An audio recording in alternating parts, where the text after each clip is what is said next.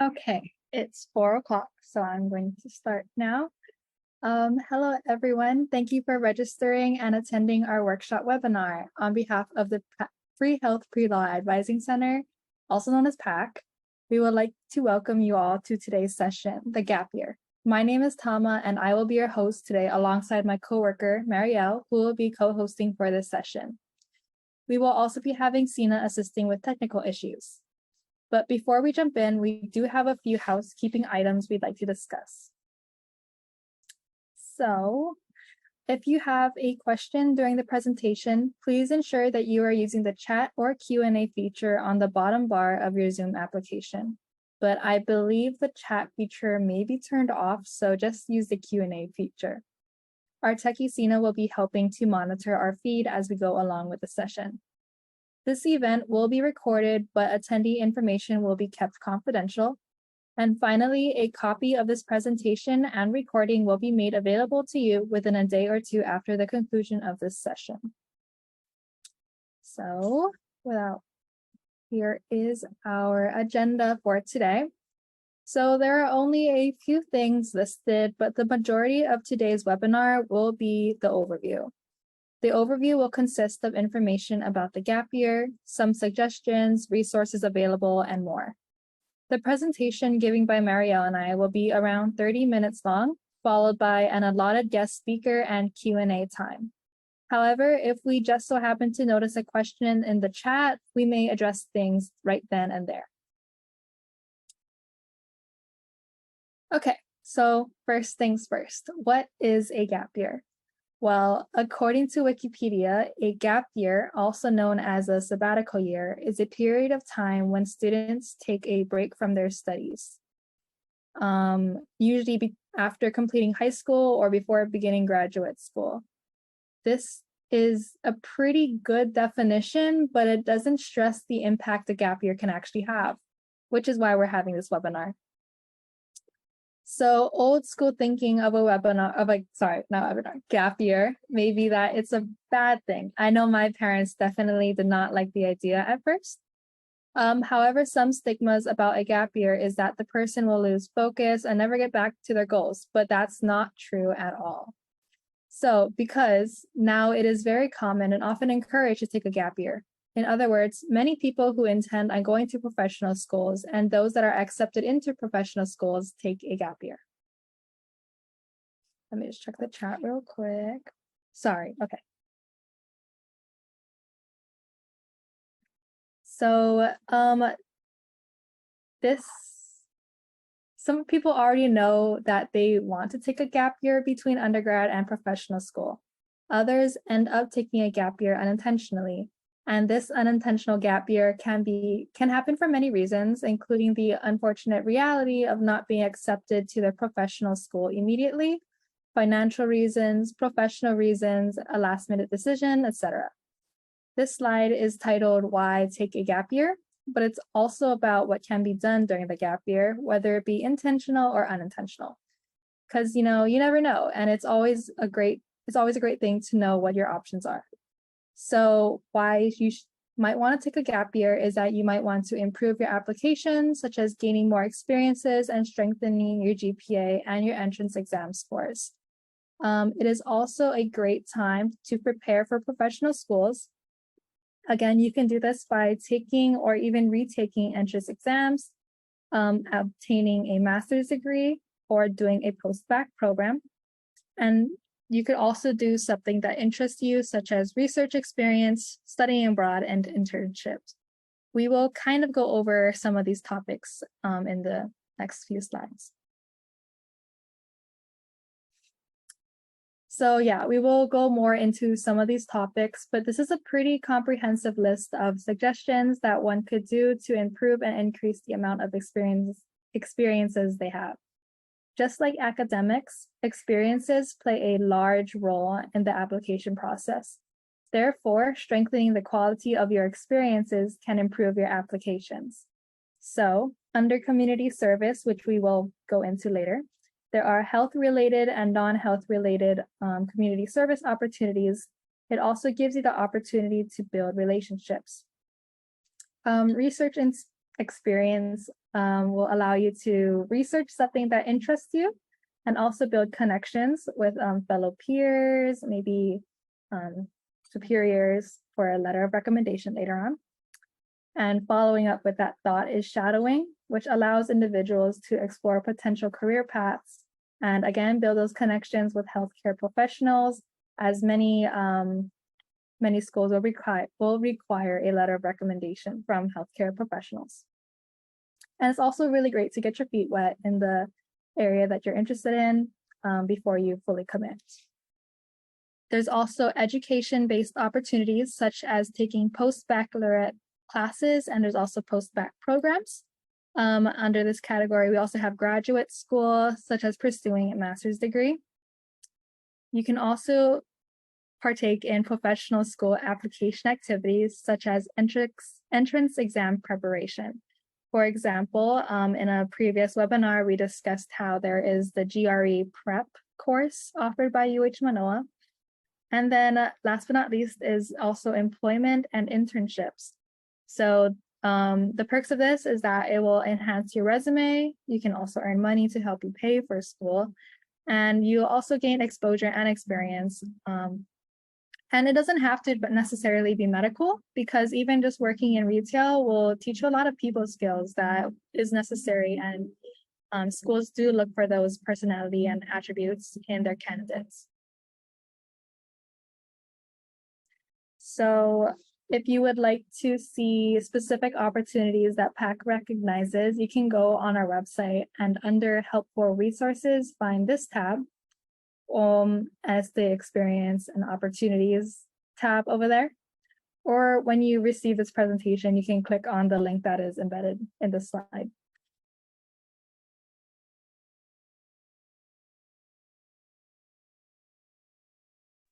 All right, so we are moving on to talking about community service. So community service is a great way to help improve your application as well.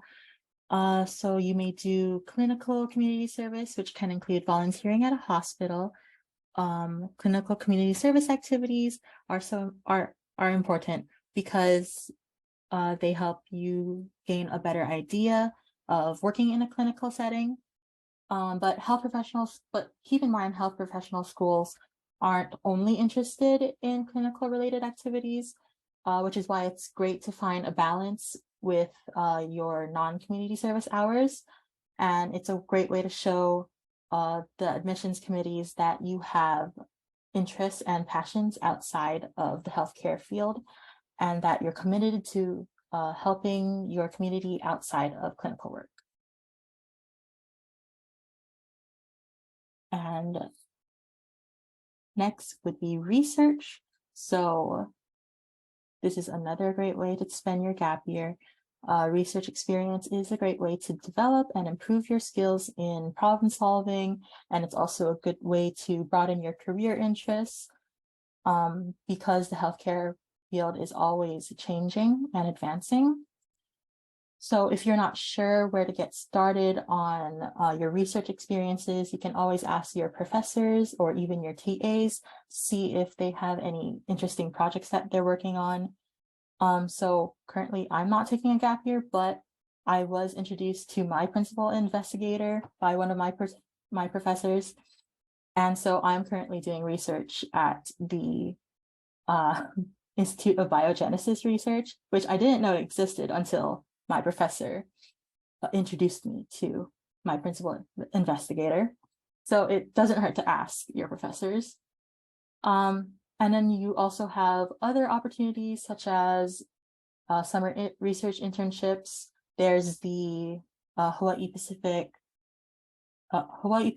Health Summer Student Research Program, Queens Medical Center Summer Research Internship, and Hawaii Pacific Neuroscience Summer Internship Program.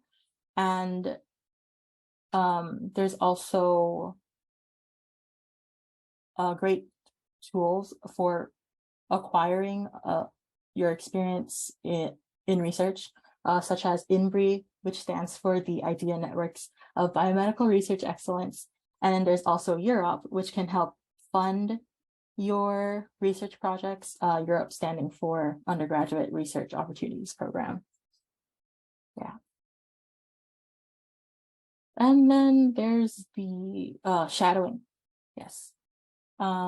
So gaining experiences through shadowing is great to expose yourself in your field of interest.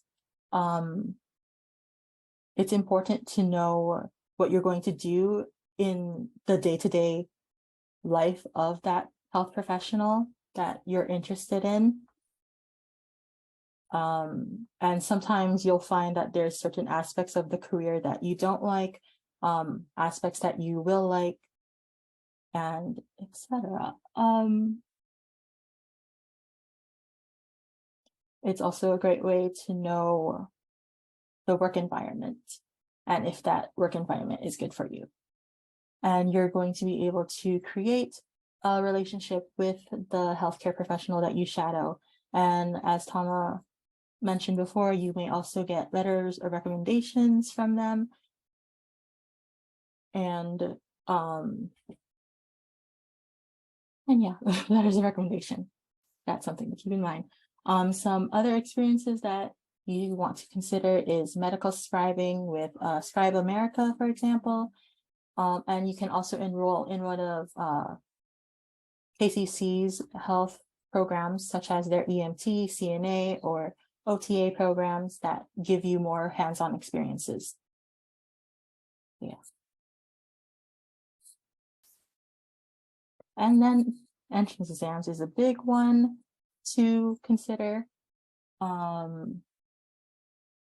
You could be preparing to take your entrance exams for the first time by discovering what study methods works best for you.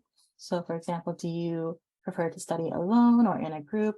Or if you prefer commercial test prep classes or books, or if you want to study based off of the material you learned from your own classes.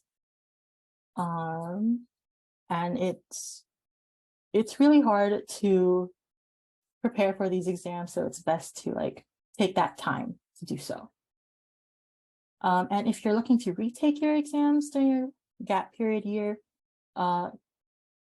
it's important to evaluate what you did the first time and try to do something different for the next time you take that exam, because trying to retake the exam while studying the same way isn't going to get you anywhere. So yeah.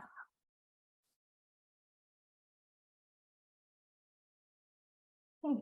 And then during your gap year, you can also return to school. Maybe your dream school has a prerequisite you didn't complete in your undergrad year, or maybe you have doubts about your GPA. So you can visit our website and see a list of common prerequisites and GPA statistics. And also you can address some of your concerns by, your gap year can be used to address any of your concerns. And just don't worry, there's a lot of different ways to go about it. So first, there's your post-bac programs. You can either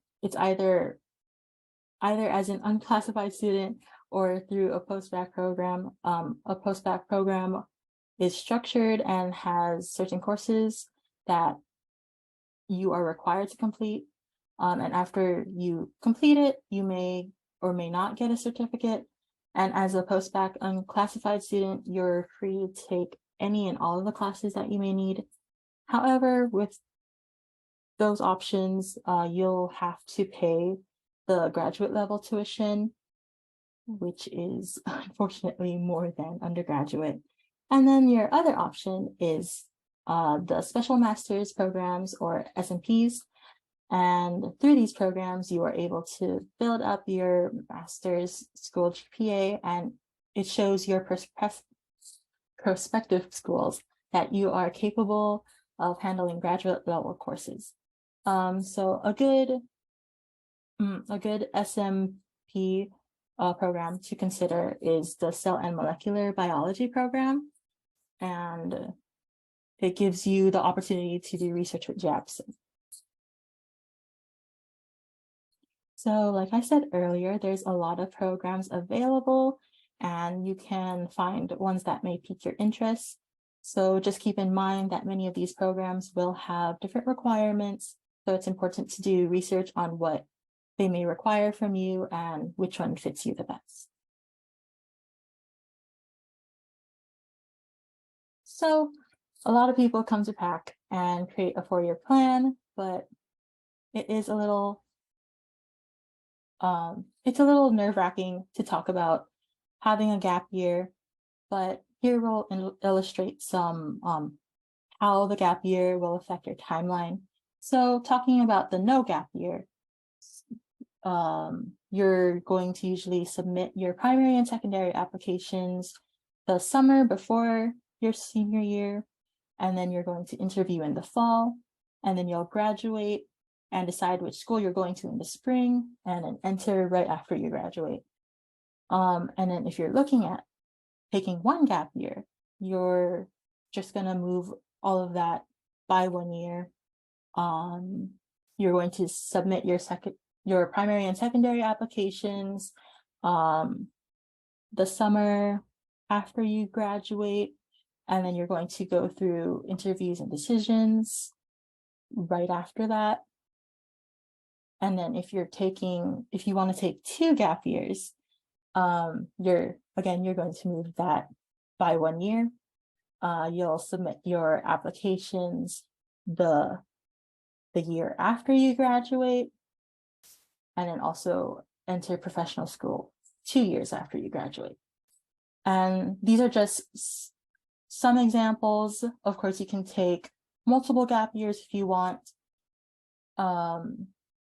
It just depends on you and how you think you want to go about your timeline. But coming to this workshop is a good first step for you guys. If you guys want to discuss how to fit a gap year into your plan, you can make an appointment with us and we'd be happy to assist you with accommodating those gap years. And so that marks the end of the overview. We are now going to go into the Q&A portion. We'd like to introduce you to our wonderful panelists, Michael and Lauren, to share their gap year experiences. We also have Tama, who is planning on taking a gap year, so she'd love to answer some questions as well. And so if you have any questions, just pop them right into the Q&A feature at the bottom. I think we said that the chat feature is disabled as well, so just use the Q&A feature. So just to get started, can I ask that the panelists introduce themselves? Maybe tell us about yourself, your gap year, what you're doing now, and what you hope to accomplish after you complete it. Okay, yeah, thank you guys. My name is Michael. I graduated in spring 2022. I majored in cell and molecular biology. So just wrapping up my first gap year now. I'm also studying for the MCAT, going to take that in April, and then we'll submit my primary applications this summer. And then if everything goes as planned, hopefully August of 2024 is when I would start medical school. Also have some experience in medical scribing and medical assisting, as well as volunteering at JABSOM. So if you guys have any questions, feel free to ask. Hi everyone, my name is Lauren. I'm similar to Michael. I graduated last spring, so spring 2022, with the BS in biology and a minor in Japanese. And so I'm in my first gap year of hopefully 2 or 3 before applying to medical school. So I've been doing a bit of research. I have 2 part-time jobs right now and studying for the MCAT that I'm taking on Friday. So I'm gonna go back to studying after this. But in addition to getting application stuff ready, also remember to take time for yourself. So I've been hanging out with family and taking up some new hobbies whenever I can.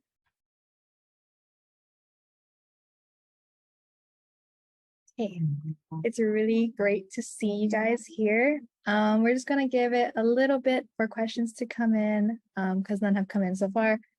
But yeah, we'll just give it a few moments. So if there aren't any questions, I have a small question to ask to start us off. So you guys already mentioned it, but I just want to put this out there. What are your personal reasons for taking a gap year? And was this gap year something that you had already planned, or was it something that you just had to go with last minute? For my gap year, I think it was kind of necessary because I messed up my first year of undergrad. I did really bad in school. And so I didn't want to pressure myself to have to balance studying undergrad work on top of studying for the MCAT at the same time. So kind of prioritize, the grades in undergrad, and then figured I'll give myself a year or two afterwards just to really focus on getting a good score on the MCAT. Um, and then also, yeah, like what Thomas said before, like the traditional pathway of going in right after medical school.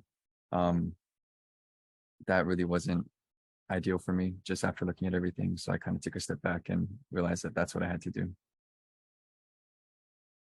Very similar to Michael again. I did not do well starting out in undergraduate. The first couple semesters were a bit of a struggle, and that's when I kind of realized that undergraduate just had to be for undergraduate, and all the experience or some of the experiences and studying for the MCAT can come a little bit later. But another, I guess, factor that kind of solidified my decision was COVID. When everything was kind of shut down, all classes were online. I was not taking in the information as I would have if we were in person. So I knew MCAT wise, I would have to spend a bit more time on like content review and getting that ready before taking the MCAT. So I guess for both of us, it was decided early on what we were going to be doing. Thank you for that input. And I guess I'll answer the question slightly too. So I was pre-veterinary for a very long time. And then I realized that I don't have the money for it. And I actually took a few classes, and I totally recommend this course, Natural History of the Hawaiian Islands, because they talk to you all about, they give you two guest speakers a week. And I actually scored a few internships with them, those guest speakers. So I'm going into research most likely. And I just thought if this is the way, then it's the way. But we do have quite a few questions in the chat. The first one being, what are some differences between MCV and bio, which is kind of perfect because you guys majored in those two things. So maybe Lauren could answer this one if she knows. That's a good question. I wish I had the program sheets out in front of me. The program sheets list all of the classes that you need for your particular degree and major. That is a good question. I don't really know off the top of my head. I think one thing that comes to mind is the statistics requirement for biology and marine biology. For those two majors, you have to take biology integrated statistics. I'm not too sure. Did you have to do statistics for MCB? So I was actually a bio major for the first 2 years of undergrad, and I switched. So I don't know the beginning. But I know that towards the end of my degree, it really kind of honed down to, I mean, it's what it is, like a lot about the cell, including classes like immunology. But the big reason why I switched was you get to take your capstone class, which is the biology of cancer, which was really informative. And also the director, Dr. Shen, really good professor, highly recommend him. And he will help you like prepare for everything. Yeah, I have friends who are MCV and bio, and I think the biggest difference is that capstone. And as a bio major as well, our final courses are kind of all over the place because biology is just very general. So I'm taking natural history of Hawaiian Islands. That's part of the bio major thing. Whereas I know that MCV is a lot more specialized towards the cell itself. So hopefully that answers your question. This next question, I believe, is from Michael. So what kind of volunteering have you been doing at JAPSOM, and how did you get into it? So I volunteer at the Hawaii Home Project. That's the homeless outreach medical project. So the medical school has multiple clinics scattered throughout the island. And what they do is the med students will see homeless patients or houseless patients for free. And it's all under the supervision of an attending physician. As a volunteer, you can either be in charge of clinic, so you would help to do patient intake, kind of assist in getting any extra needs, like if the person who comes in needs like any clothing, snacks, things like that.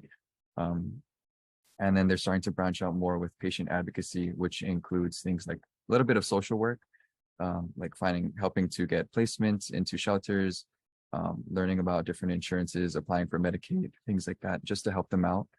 To get into that, so when I applied, it took me like a year and a half to get into the thing. This is because at the time, a lot of the volunteers weren't matriculating into med school. So I think they're doing good now. So we do have volunteers leaving, meaning that they are looking for more volunteers. You can go to JAPSOM's website or just look up Hawaii Home Project. That's HOME. And there should be a general application. I believe if you're willing to be a driver for the clinics, because sometimes you have to transport things, there's a higher chance of you getting in sooner as well. So I'm also a driver because, yeah, I was waiting for kind of a while. Thank you for that. For both of you guys, what is one thing you wish you did differently in undergrad? I think for me, definitely establishing my study methods that worked for me a lot earlier on would have definitely helped in chemistry and organic chemistry, and then all of the other topics that kind of build off of those fundamentals. Um, Going from high school to college, that transition was not very hot. So it took me a while to find the study methods that work for me. And then the study methods that work for me in undergraduate is different from what works for me in the MCAT.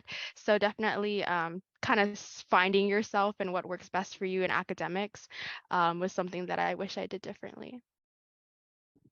Yeah, definitely what Lauren said. Finding, because high school is not the same as college. Like I failed a class like my first semester. That was pretty rough. Because I wasn't studying. So make sure to prioritize, like, I think a mindset that you should have. I mean, this doesn't go for everybody, but as much as possible, right? You should be trying to go for the A instead of just trying to pass with a C or C minus, because when you think about it, everybody around you is going to be, you're kind of going for that as well. So got to make sure that you're on top of everything. Another thing to definitely hit up PAC, talk to the advisors, kind of get a better idea of what your path is going to be like, because I did that kind of late, and I think if I did it a lot earlier, I'd be more confident in my current application. I have another thing to add.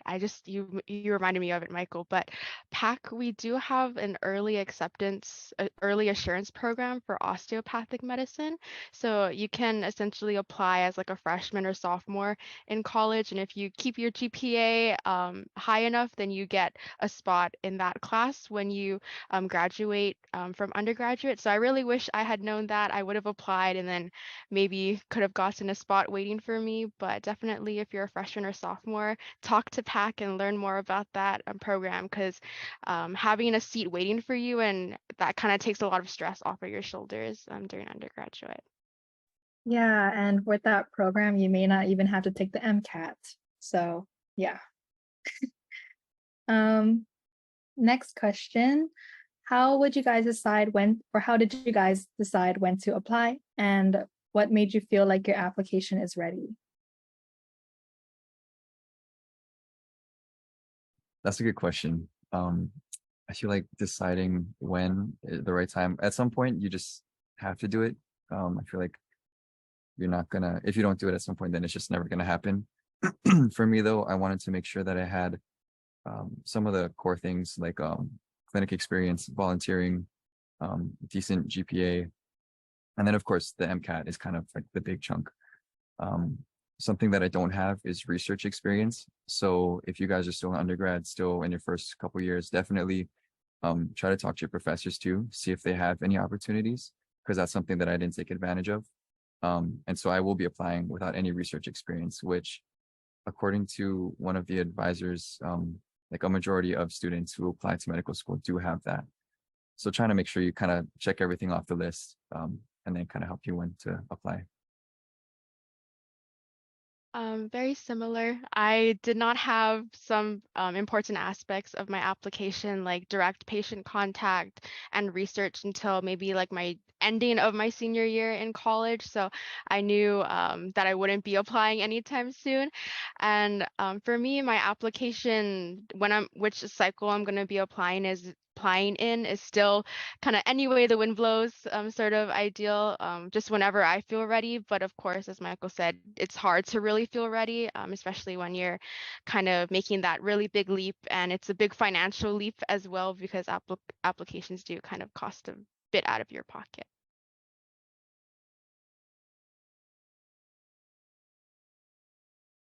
Okay.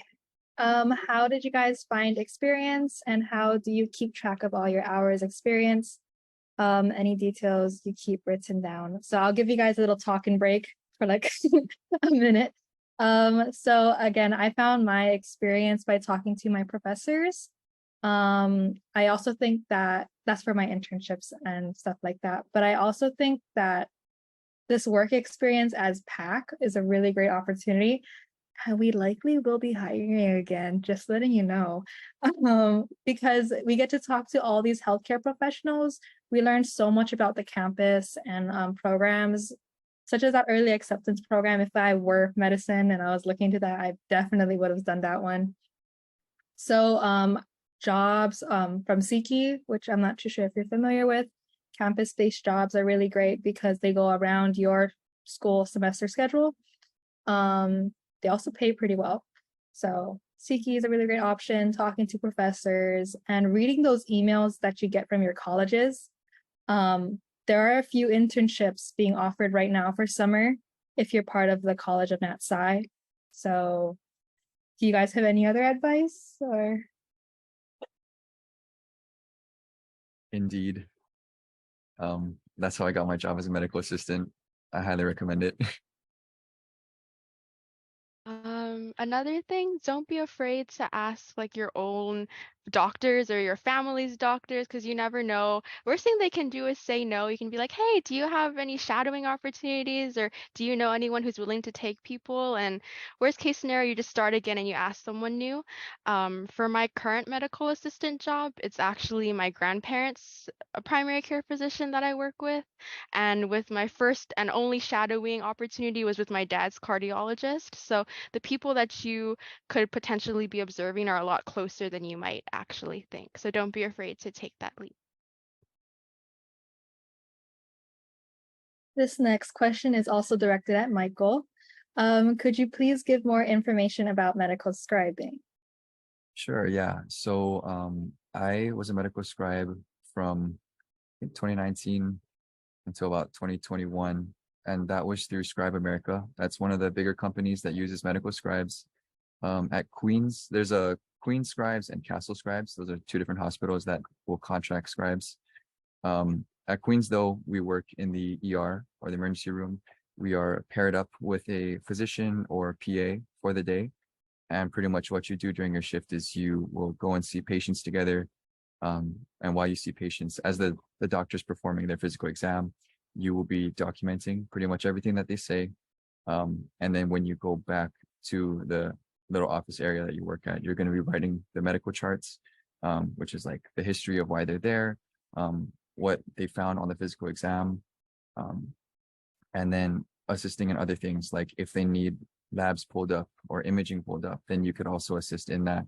And I think working in the ER, especially for Queens, because that's the only level 1 trauma center in Hawaii, it's a really good opportunity. I will say their pay is really bad. It's like minimum wage. So if that's an opportunity, or if that's possible for you, then definitely look into that. It was great experience, kind of just to get my toes in. They taught me a lot about medical terminology, like antibiotics, procedures, things like that. Like you get to witness a lot of stuff. And then from there, I was able to use that experience to work as a medical assistant. But yeah, look up Scribe America. I think they hire year round. And especially, I think recently I've heard from other people that they've been looking for more scribes. So definitely check it out. Thank you. Next question. We just have a few more. Does taking classes over the summer help? I'm assuming they just mean in general, maybe. Any advice on summer classes?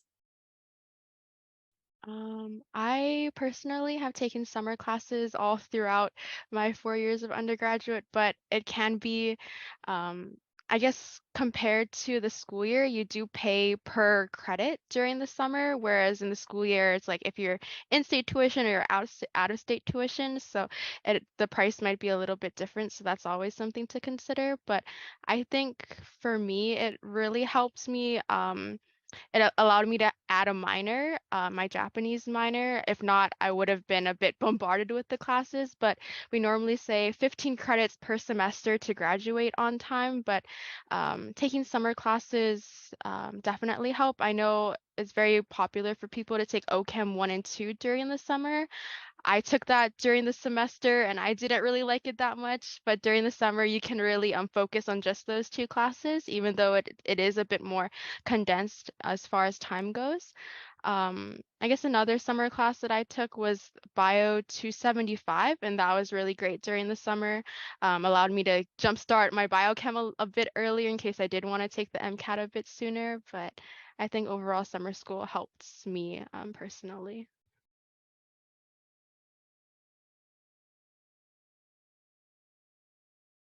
I'm a little on the opposite. I did have to withdraw from a summer class because I just could not memorize everything. So that is something that you might want to consider with your classes. It wasn't human anatomy, but I did take the 300 level human anatomy over the summer. And that's a lot of memorization. So I think I have a pretty great memory. But all those terms with not much time to like sit down, like think and look at flashcards because you had a test the next day. That is something you might want to consider. So organic chemistry wasn't too bad. I highly recommend 275. That was really fun. But yeah, just consider what classes you might be taking over the summer before making those decisions. Okay. And the last question we have listed here is if their undergrad GPA is a bit on the lower side, will they still be able to make it into medical school? I can also try to answer that question. So GPA does matter, but there is a big range of GPAs that were accepted for medical school. You just might have to consider, because we do have the statistics on our website, but you might want to consider that they may have a low GPA, but they did really, really well on the MCAT, so it kind of balanced it out. But if you have a low GPA, low MCAT score, not much experience, unfortunately, you will most likely not be able to get in. But so balancing those experiences, and you can even try to boost your GPA during the gap year, will definitely improve your chances of whatever may have happened in the past. Anything to add on to that one, Mario or Lauren? I wouldn't like rule it out entirely and say it's impossible, but if you really want to go to medical school and you're starting from maybe on the lower end of the GPA side, it's going to be a bunch of work to kind of get that up and to gain those experiences and to find your story that makes you unique to the admissions committee. So they can like kind of overlook your starting out GPA to see you as like a holistic applicant, if that makes sense. So good luck if you're starting from there and just try hard and you got PAX. Come and see us if you need help.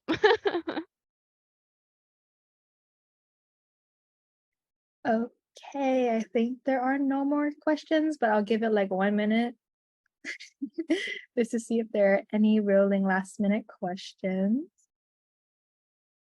Maybe more like 10 seconds because I feel like a minute is awkward to just stare at each other. Okay, that's 10 seconds. I'm going to start sharing my screen again just for some closing remarks.